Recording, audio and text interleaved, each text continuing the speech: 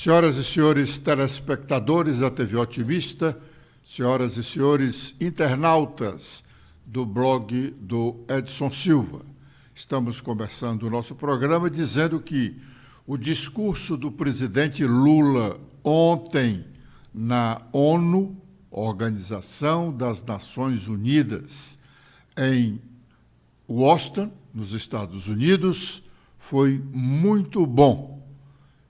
Avaliaram críticos da diplomacia brasileira.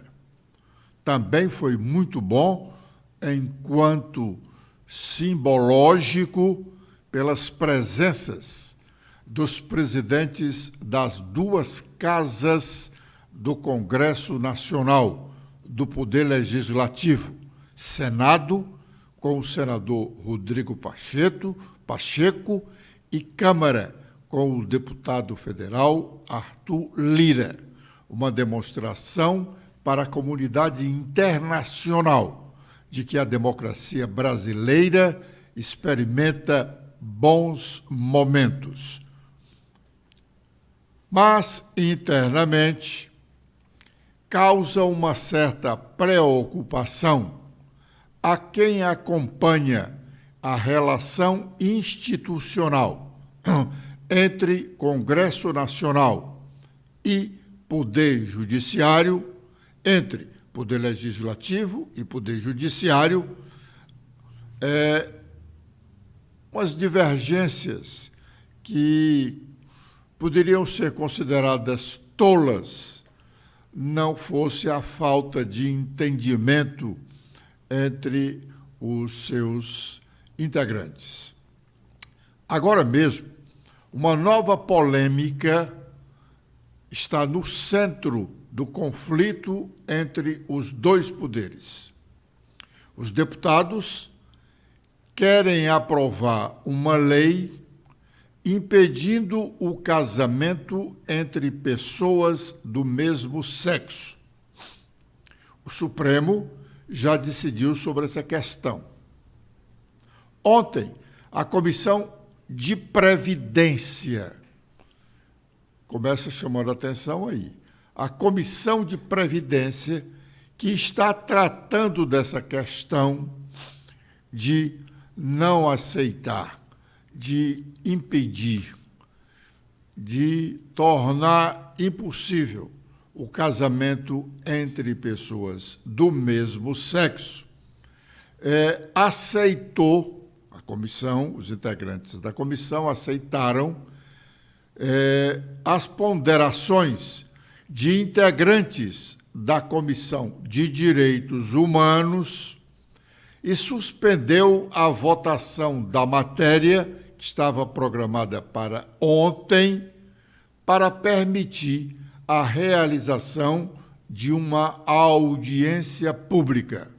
Mas a Comissão de Previdência decidiu que a proposição será votada na próxima semana, no dia 27.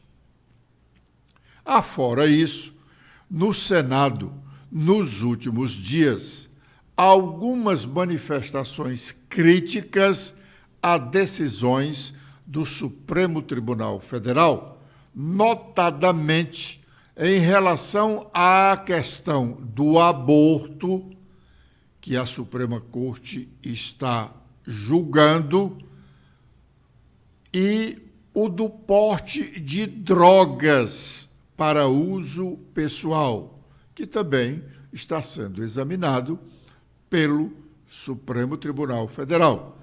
E entendem os senadores que esses dois pontos já foram questões discutidas e decididas pelo Senado da República, portanto, sem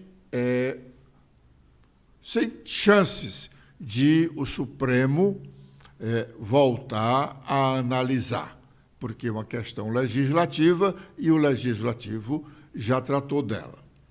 Não é bom esse estremecimento entre os dois poderes, legislativo e judiciário. cada um deveria cuidar unicamente do que lhe pertine, a sua competência constitucional. Agora é o momento de sabermos quais as nossas manchetes. Letícia. Olá, Edson. Olá a todos que acompanham o nosso programa desta quarta-feira. Com as atualizações feitas no nosso blog, temos que a apresentação do relatório preliminar da LDO 2024 na Câmara Federal é adiada. Essa apresentação porque a agenda do relator da proposta, o deputado cearense Danilo Forte, ontem, a última terça-feira, estava muito tumultuada e a reunião teve que ser adiada. E não há uma data confirmada para o retorno dessa análise. O deputado que cumpre a agenda aqui em Fortaleza nesta semana. Deputados se comprometem em doar 15 milhões de reais para a Santa Casa aqui da capital cearense. Os repasses para a Santa Casa se darão por meio de capacitação de recursos oriundos de emendas parlamentares. Deputados federais também devem auxiliar nisso e incluir a unidade localizada no município de Sobral, na região norte do estado. Também temos que deputado defende aumento do orçamento para o Tribunal de Justiça do Ceará. Cláudio Pinho, porém, destacou que, apesar do orçamento reduzido, o TJCE tem um elevado índice de julgamento de processos. E o deputado de Assis Diniz demonstra preocupação com o fenômeno El Niño no estado do Ceará e alerta a agricultores. A inscrição é aberta a todos os agricultores familiares e é feita por uma declaração de aptidão do Programa Nacional de Fortalecimento de Agricultura Familiar ou de Cadastro Nacional de Agricultura, dentro do período de inscrição indicado para cada município, esse auxílio aos agricultores cearenses. Agora, com os destaques nacionais, iniciando pelo Estadão, temos principal manchete sobre economia, os 7 desafios de Fernando Haddad para zerar o rombo nas contas públicas no ano que vem. O ministro da Fazenda tenta colocar de pé o pacote arrecadatório bilionário, enquanto lida com pressões pelo lado do gasto. Também temos que Lula se encontra hoje com Joe Biden e Zelensky na ONU. Entenda o que será discutido nessa cúpula das Organizações das Nações Unidas nesta quarta. Com os destaques do Globo, temos em principal destaque a coluna de Lauro Jardim, que fala sobre a tramitação de PL do marco temporal, que opõe relator na CCJ e o presidente do Senado Federal, Rodrigo Pacheco. Com as últimas da Folha de São Paulo, temos em destaque o primeiro condenado dos ataques do dia 8 de janeiro, que surpreendeu colegas com radicalização e terraplanismo. Funcionários da CEPESP relatam mergulho de técnico em conspirações e criticam a pena. E também temos que o sindicato cobra 12% de contribuição, exige R$ 150 para recusa e gera polêmica nesta área do movimento trabalhista. Muito bem. E a mini-reforma eleitoral está parada no Senado da República.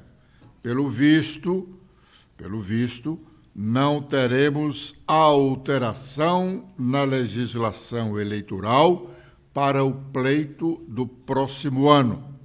Estamos a poucos dias da data limite para que alguma alteração na legislação eleitoral feita possa vigorar no pleito do próximo ano. Porque já dissemos aqui em mais de uma oportunidade, a Constituição da República impede que a alteração na legislação eleitoral feita no ano véspera da eleição não pode ser aplicada na eleição. O que significa dizer que qualquer mudança na legislação eleitoral, para ter vigência na eleição, precisa ser aprovada até um ano antes do dia da votação. Como a votação no próximo ano, na eleição municipal de prefeitos e vereadores, acontecerá no dia 6 de outubro, qualquer alteração para ter vigência naquele ano, terá que ser aprovada até o dia 5 de outubro próximo. E nós já estamos bem próximo desse dia 5 de outubro, e o Senado Federal, conforme já haviam insinuado o presidente do Senado, Rodrigo Pacheco, e o relator dessa mini-reforma, o senador Marcelo Castro, não havia muito interesse na pressa em votar essa matéria. Ela não será votada e não teremos mudança na legislação eleitoral na eleição do próximo ano. Agora é o momento de fazermos o nosso primeiro intervalo e já estaremos de volta com a sequência do nosso programa.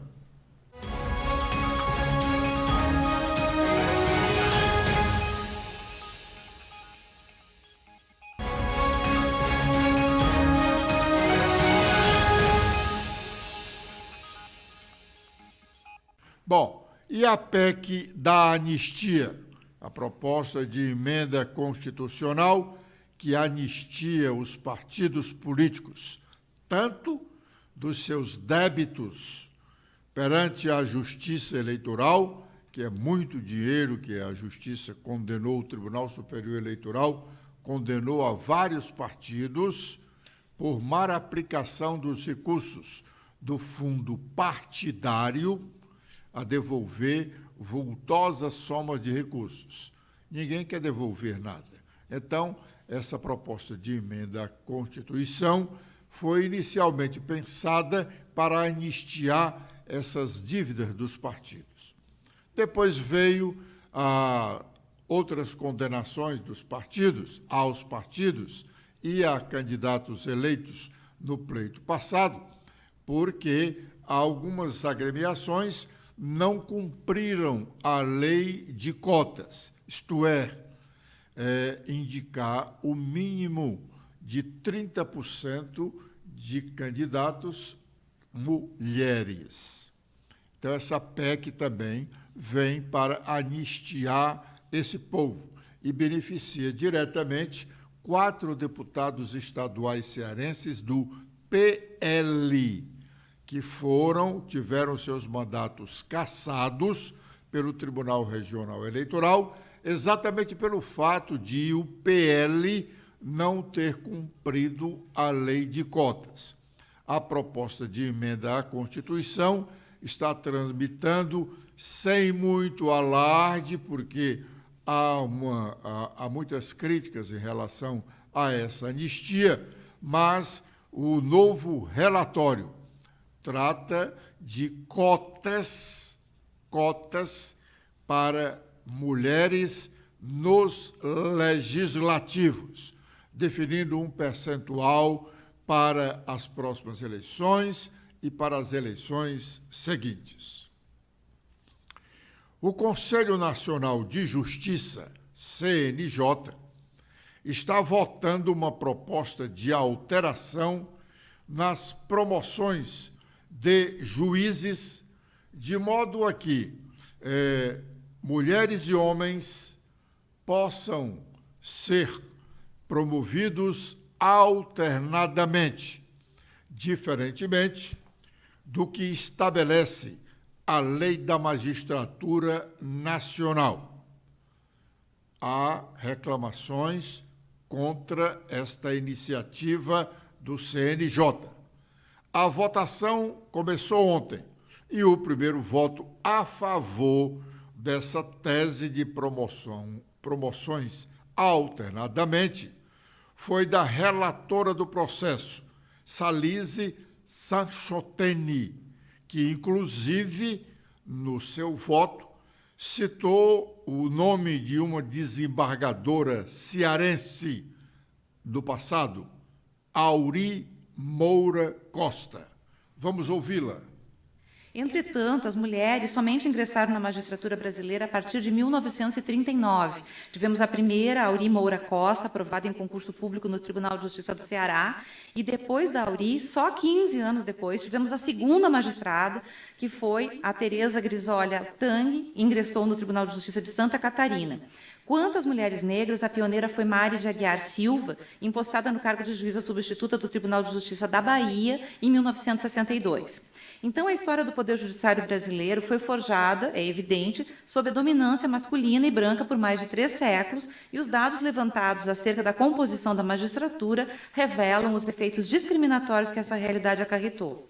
Com efeito, há cerca de 26 anos, vêm sendo produzidos no país levantamentos periódicos sobre o tema e, no lapso compreendido entre os anos, vejam bem, de 1996 e primeiro semestre de 2022, foram mapeados grandes diagnósticos representativos que fornecem dados suficientes para...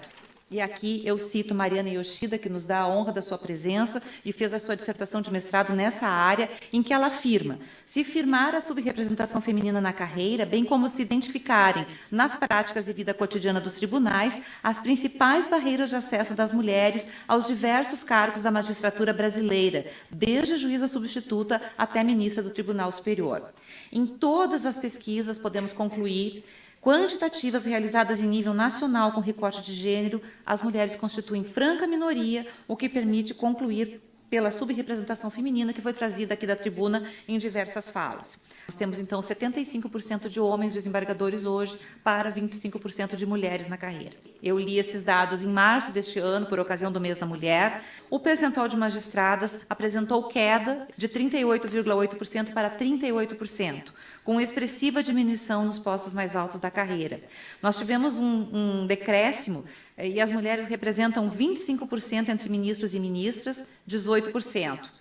Pontue-se que os dados de 2019, que já mostravam uma subrepresentação feminina, foram substituídos por índices ainda mais reduzidos, exatamente nos postos de ascensão profissional. E o próprio relatório da pesquisa é enfático ao dizer que, quando analisadas as porcentagens de ingressantes magistradas no Poder Judiciário nos últimos anos, percebe-se que os valores nunca alcançaram 50%.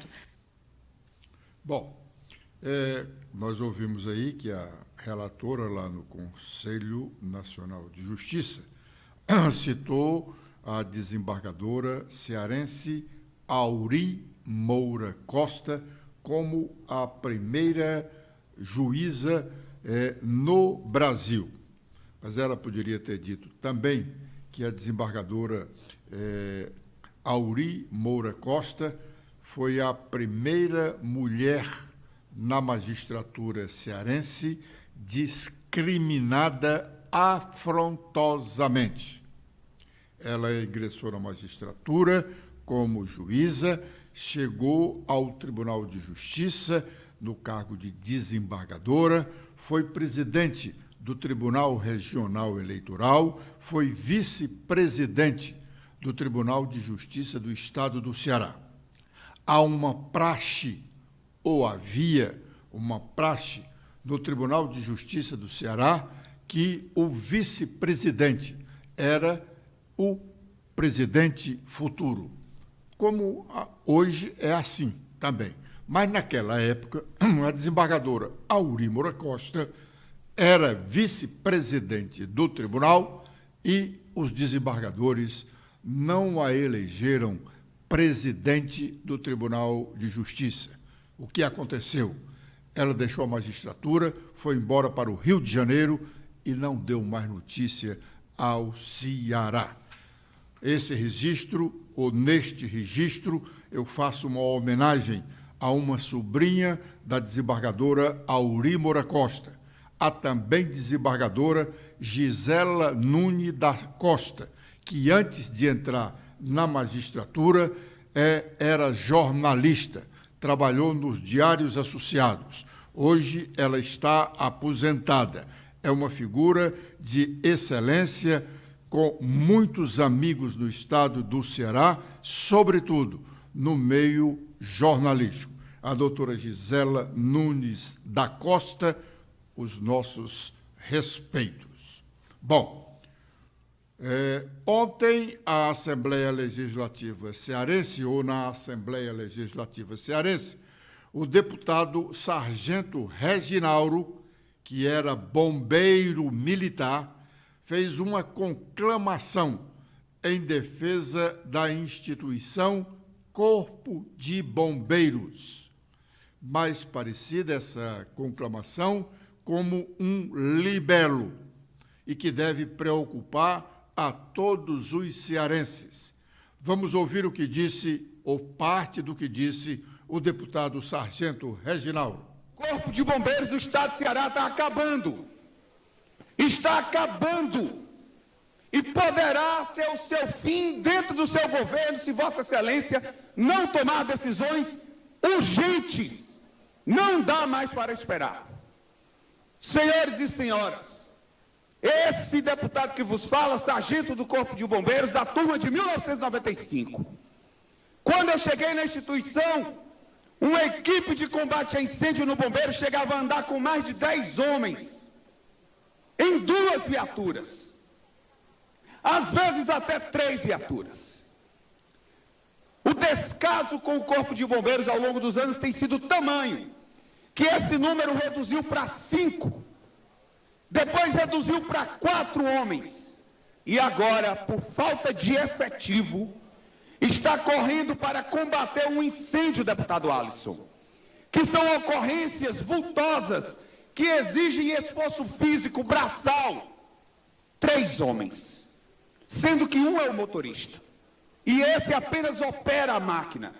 E apenas 2 homens partirão para combater um incêndio, para muitas vezes ter que retirar uma vida humana ou animal. Como isso será possível? Governador humano, isso é urgente. São vidas cearenses que vão ficar em risco. E as próprias vidas dos bombeiros, por falta de gente suficiente numa ocorrência. Nós não podemos permitir que esse tipo de coisa absurda aconteça. É um efetivo de pouco mais de 1.600 homens para todo o estado do Ceará. A Guarda Municipal de Fortaleza, para atender só Fortaleza, já vai chegar a um efetivo de 3.000 homens, deputado Antônio Henrique. 3.000. E o Corpo de Bombeiros para o estado todo atua com menos de 1.700 homens. Então fica aqui mais uma vez o meu clamor para que o governador anuncie urgentemente o concurso para o Corpo de Bombeiros. Não dá para esperar. Não temos como esperar. A sociedade não pode pagar o preço. E Vossa Excelência, reze para não acontecer nenhuma tragédia de grandes proporções no estado de Ceará, porque nós não teremos homens suficientes do Corpo de Bombeiros para atender. Bom, nós vamos fazer mais um intervalo e já já estaremos de volta com a última parte do nosso programa.